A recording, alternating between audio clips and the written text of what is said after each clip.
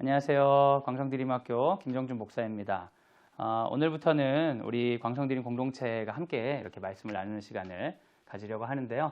우리 2020년 교육표를 먼저 같이 읽으면서 시작해 보도록 하겠습니다. 같이 한번 읽겠습니다. 시작. 주님의 빛 비추며 세상을 섬기는 드림이. 우리 성품 캠페인 하는 거 한번 따라 읽어주세요. 시작. 사랑. 우리 이 어려운 시기에 서로 사랑하면서 지내는 그런 우리들이 되었으면 좋겠습니다. 오늘 우리에게 주신 하나님의 말씀은 시편 103편 19절 말씀입니다. 같이 한번 읽겠습니다. 시작. 여호와께서 그의 보좌를 하늘에 세우시고 그의 왕권으로 만유를 다스리시는도다. 아멘. 제목을 한번 읽어주세요. 시작. 세상은 무엇으로 움직이는가? 제목이 굉장히 거창하죠? 요즘 그 코로나19 때문에 굉장히 어려움이 많습니다. 특별히 신앙인들은 이런 어려움이 있을 때 하나님을 어떻게 이해해야 될지를 가지고 굉장히 곤란해 하시는 경우가 있어요. 하나님 도대체 왜 그러십니까? 이렇게 묻기도 하고요. 신앙이 없는 사람들은 이럴 때야말로 하나님이 없는 어떤 그 분명한 증거가 아니냐 그러면서 우리 십계명에서 여호와의 이름을 망령되이 일컫지 말라고 하는데 하나님의 이름에 대해 굉장히 쉽게 함부로 이렇게 논하기도 합니다. 그래서 신학적으로 이런 세상에 어려움이 있을 때 우리가 어떻게 이해해야 되는지에 관해서 오늘 여러분과 함께 나누어 보려고 합니다. 먼저 세상의 고통에 관해서 사람들이 생각하는 기본적인 방식들에 대해 좀 얘기를 해보려고 하는데요. 사람들은 어려움이 있거나 고통이 있으면 주로는 두 가지로 해석하는 경우가 많다고 합니다.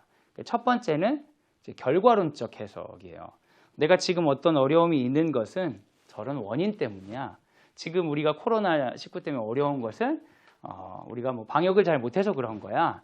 뭐 우리가 코로나19가 있는 것은 신앙인들 같은 경우에는 우리가 회개하지 않아서 그런 거야. 어떤 우리의 문제 때문에 이런 결과가 있다. 이렇게 생각하는 경우가 있습니다.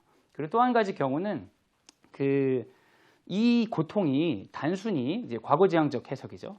과거의 어떤 원인 때문에 이렇게 되었다고 생각하는 거고, 그럼 이제 과거지향적인 것은 과거에 누군가에게 책임을 묻게 되겠죠. 무엇 때문이야? 나의 죄냐? 뭐 누구의 죄냐? 이렇게 묻게 되는 거고요.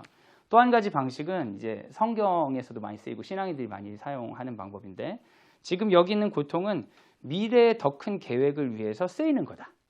목적론적 해석이라고 합니다. 지금 어떤 고통이 있기 때문에 이 고통이 잘 이해는 되지 않지만 이 고통의 결과나 이 고통의 의도는 미래에 있을 것이다. 이렇게 생각하는 경우가 있는 거죠. 신앙인들이 많이 그렇게 생각을 하죠. 근데 이제 그 원인론적인 결과론적인 생각이나 이런 목적론적인 생각이 다 함정이 있습니다. 어떤 함정이 있냐면 결과론적인 생각은 분명한 원인을 찾아보려고 하는 그런 문제가 있어요. 누구 때문이냐? 누가 책임져야 되냐? 혹은 나 때문이다. 그래서 과거에 어떤 것을 계속 집착하면서 현실의 문제를 제대로 대응하지 못하게 하는 거죠. 어쩔 수 없어. 이미 저기서 벌어진 일이야. 너 때문이야. 내가 해서 그래. 이렇게 되면서 문제 자체에 어떤 봉착한 그 사람이 오히려 문제의 원인도 되는 거예요. 그러니까 예를 들면 제가 어떤 큰 고난을 당하는데 사람들이 저에게 그러는 거예요. 당신의 죄 때문에 그렇게 된 겁니다. 그럼 난 그 문제 때문에 너무나 괴로운데 그 괴로움의 원인조차도 나가 돼서 스스로 이 괴로움에 아주 질식되는 거죠. 여러분 교회 다니시면서 어려움 겪은 사람들에게 원인이 이거야 하고 너무나 설명하려고 애쓰지 마세요. 그게 잘못하면 고통받는 사람들 더 잠식하게 할 수 있습니다. 두 번째 목적론적 해석은 굉장히 좋아 보이잖아요. 미래에 있을 좋은 일을 위한 어떤 과정이다.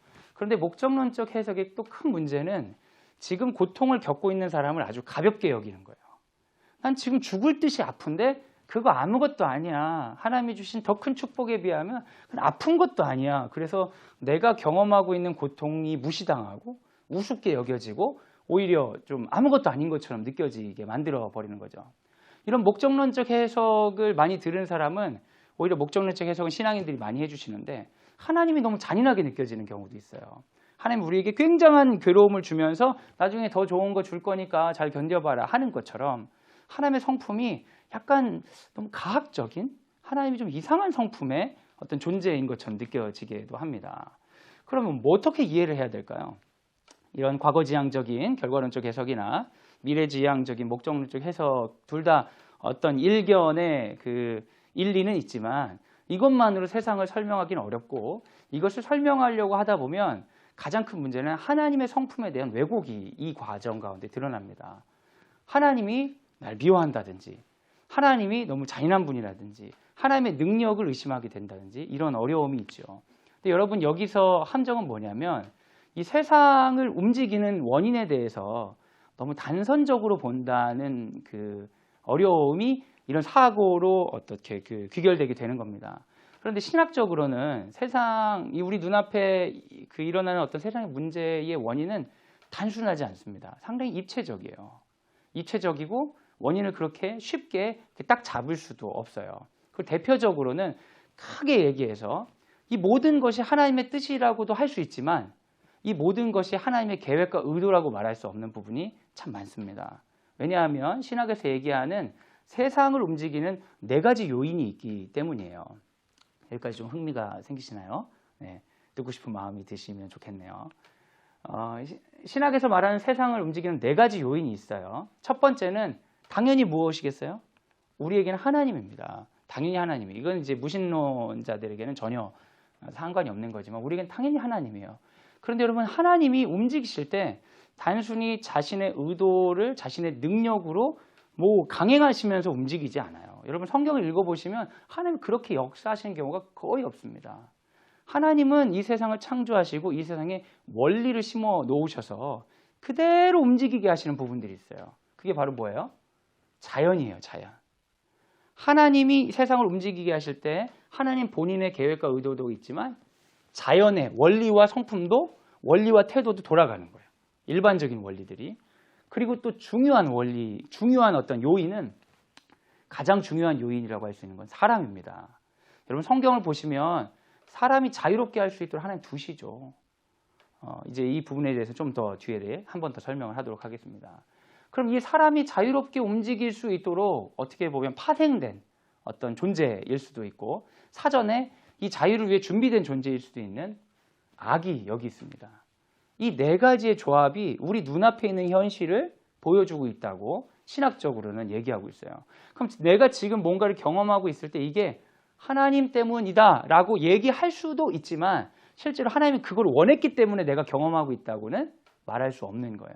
내가 지금 경험하고 있는 고통, 예를 들어 이제 코로나19로 인한 어떤 우리의 고통을 하나님 때문이다라고도 할 수 있겠죠. 하나님의 계획 안에서 그것도 이루어진 거라고 할 수 있지만 하나님이 그걸 우리가 경험하기 원해가지고 일부러 주셨다? 그렇게 목적론적으로 얘기하기는 어렵다. 그 외에 다른 요인들 때문에 이것이 허용될 수 있다는 거죠. 이 4가지의 다이내믹에 대해서 좀 더 우리 생각을 해봅시다. 첫 번째는 하나님이에요. 여러분 기독교 신앙에서 하나님은 모든 것의 시작이며 모든 것의 마지막입니다. 성경 구절을 제가 몇 가지 이렇게 나열해놨는데요. 태초에 하나님이 천지를 창조하셨습니다. 기독교 신학에서 이 세계는 하나님으로 말미암아 시작되었죠.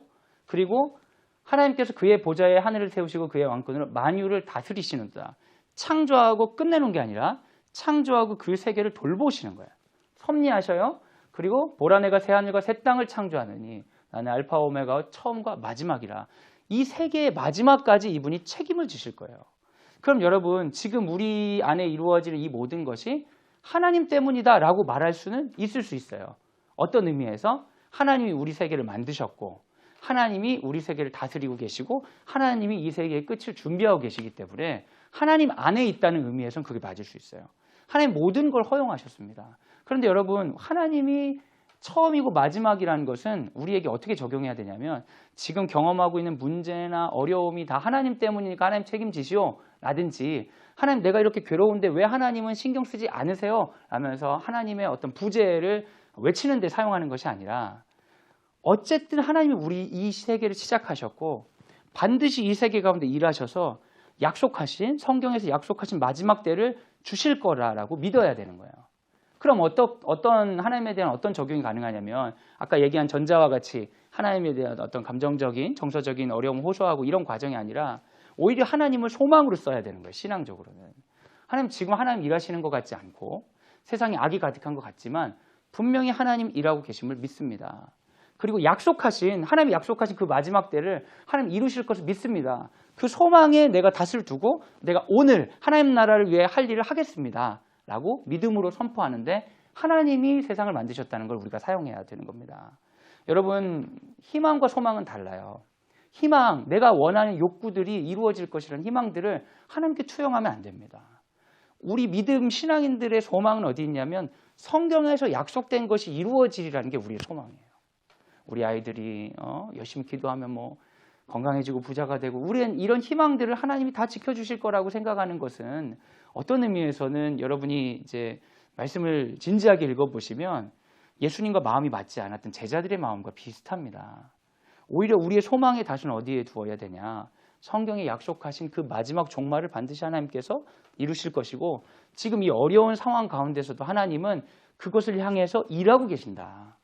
이 소망으로 하나님을 고백할 때 우리가 믿음으로 이 상황들을 이길 수가 있는 거죠. 두 번째 주체는 자연입니다. 여러분, 성경에 보시면 자연들이 원리에 따라 움직이도록 하나님 만드셨어요. 종류대로 씨 맺는 채소와 각기 종류를 씨 가진 열매 맺는 나무를 내니, 그죠? 낮과 밤을 주관하게 하시고 빛과 어둠을 나누게 하시니 철 따라, 뭐 이런 표현들이 많이 있어요. 그런데 성경에서는 이것들에 대해 뭐라고 얘기하냐면 하나님 보시기에 좋았더라. 자연은 원리를 가지고 일합니다. 그런데 그 원리는 원칙과 질서에 따라 하나님께 순종하는 게 자연의 목적이에요. 그래서 여러분, 자연은 가치 판단이 없습니다. 자연이 나쁜 짓 하지 않아요. 왜냐하면 자연은 자유의지가 없어요. 자연은 자연 그대로예요. 우리가 잘 심겨져 있는 나무를 막 뽑으면 홍수가 나잖아요. 그럼 자연이 우리가 화가 났다고 하는데 사실은 자연은 화를 내지 않습니다. 자연은 원래 있는 그대로 가는, 뽑혔기 때문에 홍수가 나는 거예요. 자연은 자연 그대로 생명력을 가지고 순종하죠. 그럼 여러분, 자연이 이 세계를 다스린다고 했을 때 이건 굉장히 일반적인 원리인 거잖아요. 우리 믿는 사람들이 과학을 공부할 이유가 있습니까? 없습니까? 분명히 있죠. 여러분, 전 좀 우려되고 염려되는 건 우리가 기도하면 하나님이 이 바이러스를 다 없애주실 수 있을까요? 전 분명히 그런 능력이 있는 분이라고 생각해요. 근데 여러분, 기적이라는 것은 항상 일반적으로 일어나는 게 아닙니다. 그리고 하나님은 기적을 막 일으키는 걸 좋아하는 혼란의 신이 아니에요. 하나님은 질서를 우리에게 중시하시는 질서의 하나님이죠. 왜 우리에게 성경을 주셨어요? 성경이라는 정해진 책을 왜 주셨습니까? 성경을 통해 하나님 우리에게 전해주시는 게 뭐예요?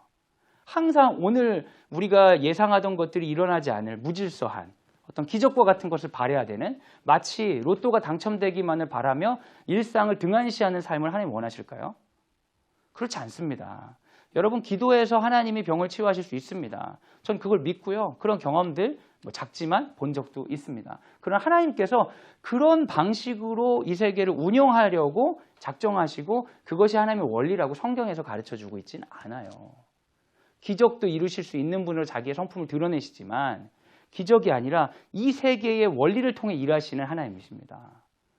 그래서 여러분, 우리가 이러한 사태 가운데 잘 기억해야 될 것은 일반적인 원리를 또 잘 지켜야 되는 거예요. 하나님이 이 세계를 끝까지 마지막까지 인도하실 거라고 생각하고 손도 열심히 씻고요. 마스크도 쓰려면 좀 쓰고, 과학자들은 열심히 항원항체 반응을 준비해가지고 치료제도 개발해야 됩니다. 이것은 믿음 없는 행위가 아니에요. 하나님이 그렇게 이 세계를 만들어 오시는 부분이 있습니다. 원칙과 질서에 따라 하나님께 순종하는 자연의 원리가 우리 안에 들어와 있는 거죠. 우리 친구들도 기도도 열심히 해야 되고 하나님 안에 믿음으로 딱 든든하게 붙들어야 되는 것도 있지만 과학과 같은 세상의 공부들, 원리들을 잘 배워야 됩니다. 그걸 통해 하나님이 이 세계를 움직이시는 게 굉장히 많아요.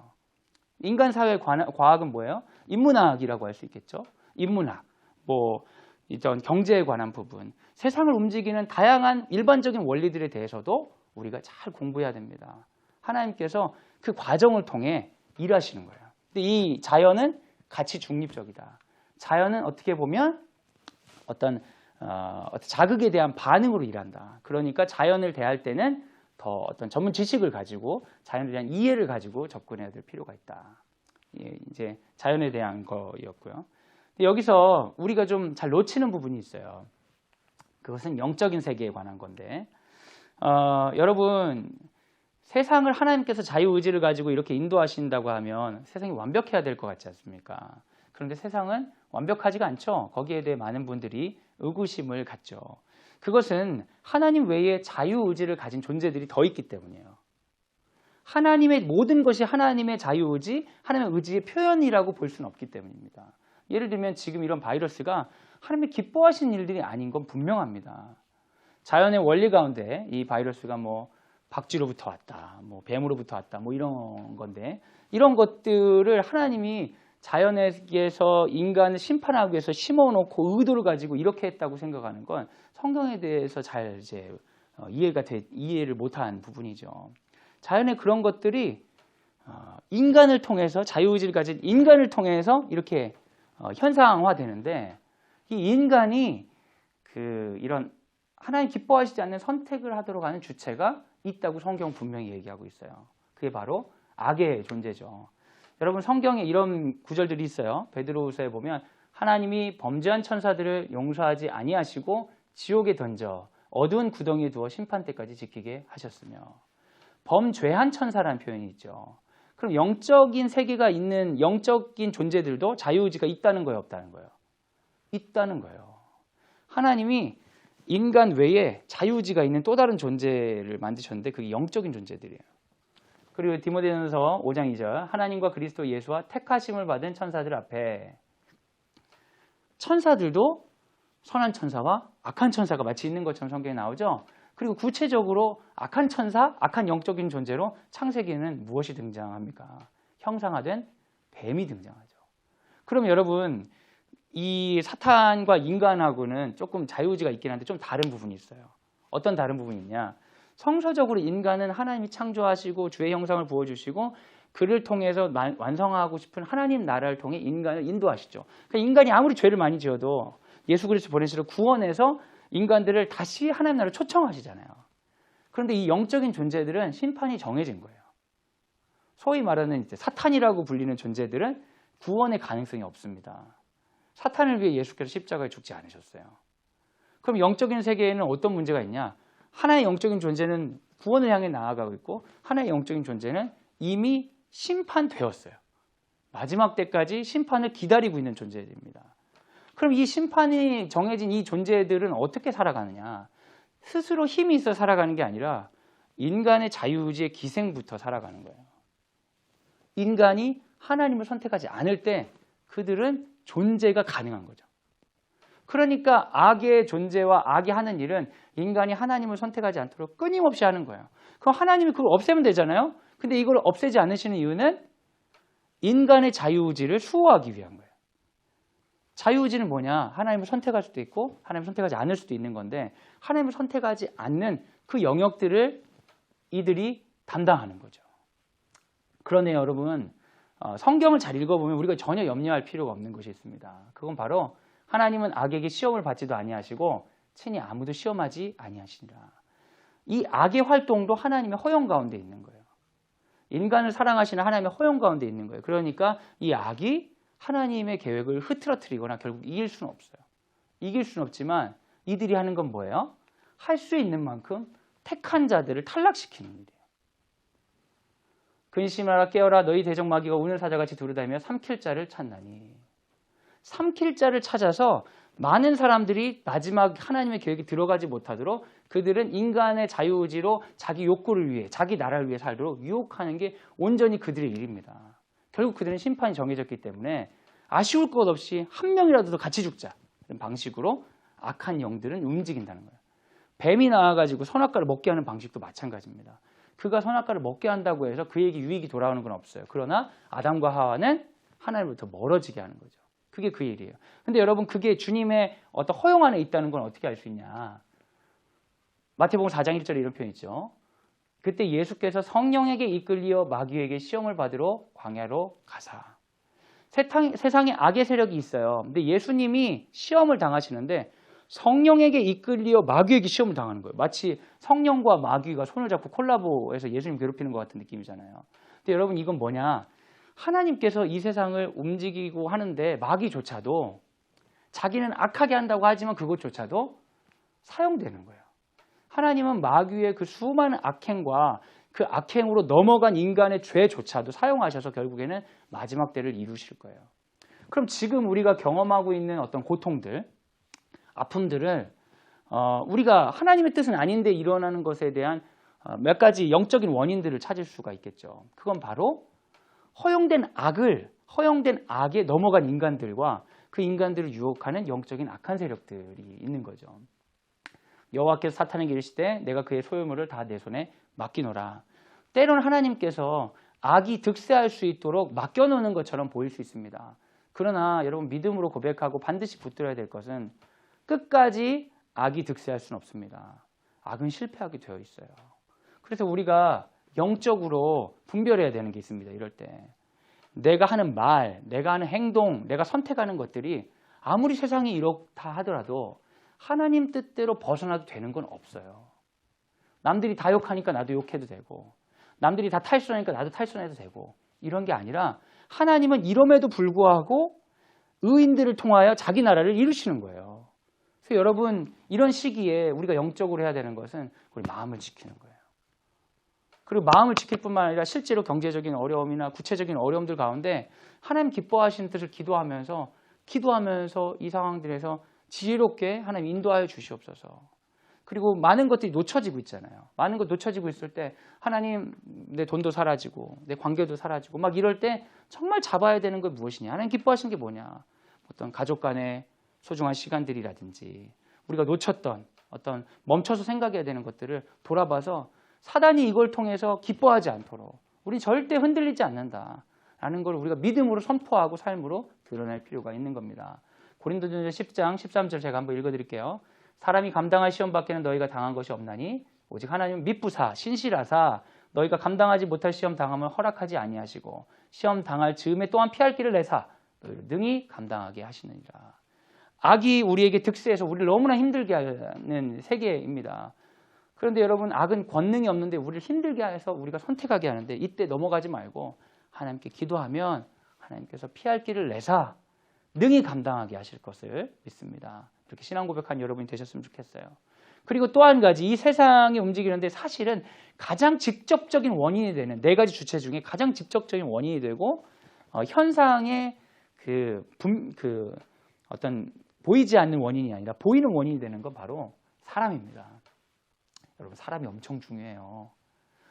기도 열심히 하시는 분은 사람은 아무것도 아니라고 기도하면 된다고 그러시는 분들이 있는데 그렇지 않아요. 하나님이 사람을 통해 일하십니다. 사람이 엄청 중요해요. 여러분 우리 부모님들은 자녀들을 잘 가르쳐야 됩니다. 학생들은 내가 좋은 사람이 되기를 결정해야 돼요. 사람이 엄청 중요합니다. 하나님께서 사람을 어떻게 만드셨냐면 우리의 형상을 따라 우리의 모양대로 우리가 사람을 만들고 모든 것을 다스리게 하자. 눈에 보이지 않는 하나님 외에 눈에 보이는 하나님으로 이 땅 가운데 청지기로 사람을 만드셨어요. 사람은 굉장한 책임감이 있습니다. 하나님 뜻대로 이 세계를 자연이 하나님께 순종하는 원리들이 있다고 했죠. 하나님 뜻대로 자연을 잘 관찰하면서 자연과 관계하면서 사람과 관계하면서 하나님 기뻐하시는 세계를 만들 비전이 우리에게 있는 거예요. 그런데 사람이 하나님을 선택하지 않는 순간 기생하고 있는 자유의지를 기생하는 악과 함께 동조한 순간 의인이 없나니 하나도 없으며 라고 죄에 빠진 순간 세상이 어려워지는 거죠. 그래서 여러분 로마서 8장 19절에는 이런 표현이 있어요. 피조물들이 고대하는 바는 하나님의 아들들이 나타나는 것이니. 피조물이 뭐예요? 자연을 비롯한 모든 세계가 정말 제대로 된 하나님의 사람들이 좀 나타나면 좋겠다 하고 간절히 고대하는 거예요. 마지막 때를 준비하는 겁니다. 마지막 때를 기다리는 거예요. 이 모든 것의 마지막에 하나님 뜻이 드러날 때 하나님의 사람들이 주인공이 될 때 그때 피조물도 기뻐 뛰는 겁니다. 마지막이 완성이죠. 그때 악은 심판받게 되는 겁니다.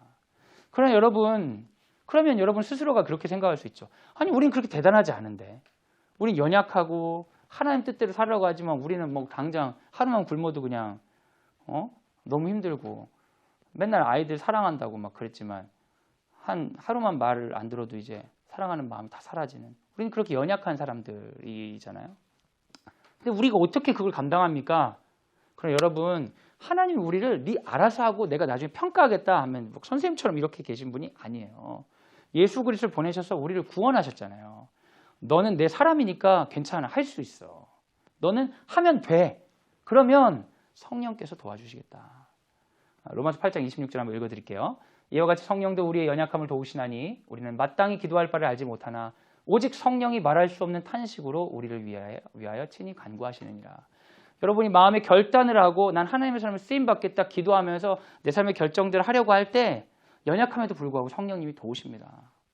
때로는 연약함으로 넘어지기도 하고 실수도 하고 우리도 악의 원인이 되는 어떤 문제들을 일으킬 수도 있어요. 그러나 우리가 끊임없이 하나님께 쓰임받기를 원하고 그분과 동행하기를 원하면 성령께서 우리 버리지 아니하시고 우리를 통해서 하나님 나라 만드시겠다고 약속하셨습니다. 여러분 때로는 우리가 하나님 믿지만 하나님 세상에 어디 있는지 잘 모르겠는 때가 있죠.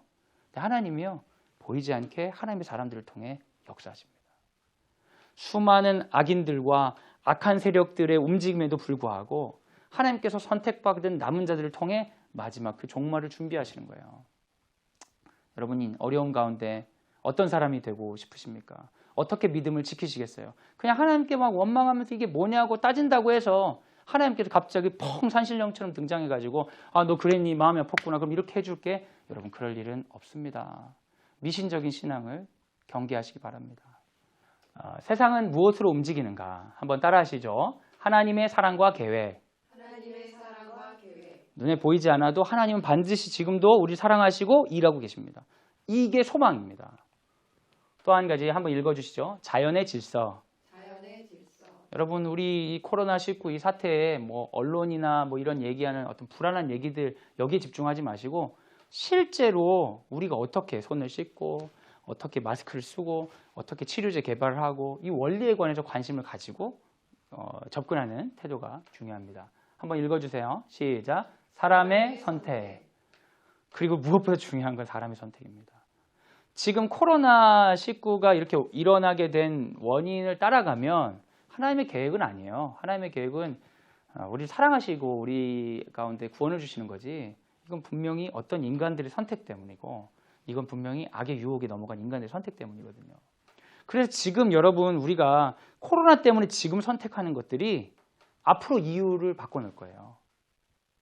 여러분 어떤 선택을 하고 계십니까? 지금 어떤 말을 하고 계십니까? 어떤 행동을 하고 계십니까? 그게 그 다음 미래를 만드는 겁니다. 단순히 누군가를 막 원망하고 찾을 필요 없이 우리 아이들을 가르치는 우리 학부모님들은 어떻게 이 시기에 아이들을 가르칠까에 집중해 보시고 학생들은 나는 어떤 어른이 될까? 그냥 어른들이 하는 뉴스 보고 같이 욕하지 말고 어떤 어른이 되어야 될까?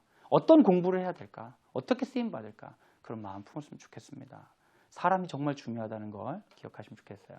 그리고 한번 읽어주세요. 시작. 악의 유혹.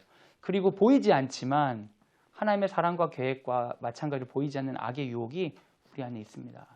그럼 여러분 보이지 않는 두 가지 중에 뭘 선택해야겠어요? 하나님의 사랑과 계획을 선택하는 게 믿음이고 그게 소망입니다. 신학적인 고통 대처법입니다. 이건 굉장히 실질적인 건 아니에요. 근데 제가 얘기했던 것들을 여러분이 지금 가지고 있는 하나님 뭘 하시고 있는가 이런 부분을 좀 해소하라고 얘기하는데 아주 뭐 신학적인 겁니다. 그러니까 여러분 믿음을 가질 때 이렇게 생각하면 좋다. 자, 1번 또 한번 읽어주세요. 시작. 하나님의 사랑과 계획을 신뢰하라. 기도하면서 믿음을 가지고 여러분 소망을 지키시기 바랍니다. 2번 한번 읽어주세요. 시작. 자연의 질서를 파악하라. 여기 이제 세상도 들어가죠. 인간 문화의 세상도 자연에 비슷한 게 있으니까 문제 해결을 위한 과학적 접근에 관심을 가져야 된다. 그리고 3번 읽어주세요. 시작. 악의 유혹을 분별하라. 우리를 파멸로 인도하는 선택과 행동을 하지 않도록 기도하면서 해야 된다는 거죠. 너무 쉽게 행동하고 후회하는 건 좋지 않습니다. 4번 한번 읽어주세요. 시작. 성령과 함께 선택하고 행동하라. 하나님을 신뢰하고 내가 오늘 할 수 있는 하나님 나라를 만들어 가기 위해서 애를 쓰는 게 지금 이 시기를 이기는 신학적인 방법입니다. 모든 것의 해결책은 아니고요. 신앙인들이 신학적으로 어떻게 대처해야 되는지에 대해 오늘 한번 정리해 봤습니다. 오늘 말씀을 마무리하면서 예레미야 29장 11절 한번 읽겠습니다. 시작. 여호와의 말씀이니라 너희를 향한 나의 생각을 내가 아나니 평안이요 재앙이 아니니라 너희에게 미래와 희망을 주는 것이니라. 아멘. 사랑하는 여러분, 이 어려운 시기에 믿음을 든든히 붙들고 하나님 기뻐하시는 내가 뭘 공부해야 될지도 한번 더 생각해보고 내 안에 오는 유혹들을 어떻게 이겨야 할지도 한번 생각해보는 시간들이 되셨으면 좋겠습니다. 특별히 시간이 많아지신 분들은 이럴 때 더 성경을 읽으세요. 성경도 읽고 아침 큐티도 철저히 해보고 그러면 악한 영들이 인간들이 지금 이 악에 빠져가지고 자기들이 한 죄의 결과들 때문에 서로 헐뜯고 방법 못 찾고 두려워하고 이러면서 악한 영들이 지금 너무 좋아할 거거든요. 그럴 때 우리가 영적으로 무장되어서 하나님 안에서 하나님은 사랑이시고 하나님 계획이 있으시고 하나님은 이걸 통해서도 일하실 거고 내가 거기에 사용받을 거다 하면서 여러분이 성경책을 딱 붙들고 나아가면 악한 영들이 두려워 떱니다. 하나님의 승리가 마지막에 이루어질 승리가 오늘 여기서 일어나는 거죠. 그걸 보고 우리는 하나님 나라라고 이야기합니다. 아직 이루어지지 않았지만 이미 여기서 맛볼 수 있는 하나님 나라를 여러분 각 가정에서도 경험하시는 우리가 되기를 예수님의 이름으로 소원합니다. 여러분 한 주 동안 또 힘내시고요. 다음 주에는 얼굴 보고 만날 수 있으면 좋겠습니다. 감사합니다.